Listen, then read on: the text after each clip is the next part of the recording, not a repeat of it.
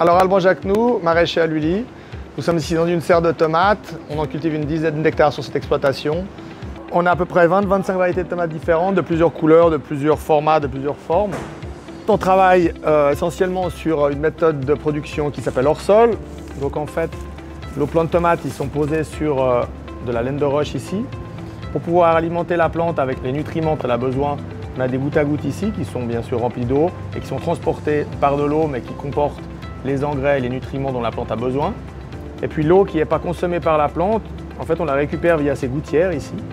Et en fait en fin de ligne, on va récupérer cette eau, la filtrer pour ensuite la récupérer. Donc en fait on n'a aucune perte d'eau qui est important pour nous, pour le consommateur aussi, de savoir qu'il n'y a pas de l'eau riche en éléments qui partirent dans la nappe phréatique par exemple. Pesticides, insecticides, non, parce qu'en fait on utilise ce qu'on appelle de la lutte biologique.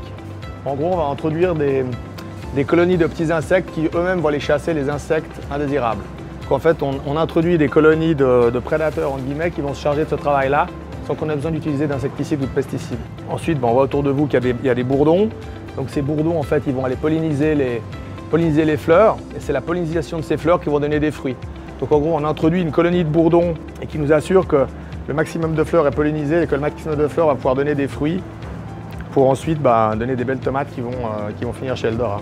Donc là on est dans la zone de conditionnement, donc tout ce qui est récolté sur notre site, il est après acheminé ici pour être retravaillé ou pesé ou mis en barquette ou mis sous film pour ensuite être expédié vers nos clients. Et donc si c'est pour une consommation usuelle, quotidienne, prenez votre tomate, laissez-la dans la cuisine ou dans une corbeille ou même sur un rebord de fenêtre, mais mettez-la pas au frigo, à moins d'avoir un frigo qui soit à 13 degrés, 13-14 degrés, mais sur des frigos normaux à 5-6 degrés, on ne conseille pas de mettre une tomate au frigo. Alors la tomate, bon, moi je préfère les petites tomates, parce qu'en fait, le fait qu'elles soient petites, les goûts et les arômes sont plus concentrés. Et moi, ce que je préfère, c'est une tomate cerise coupée en deux aussi dans une salade avec une bonne mozzarella. Pour moi, c'est le plus simple et c'est le meilleur.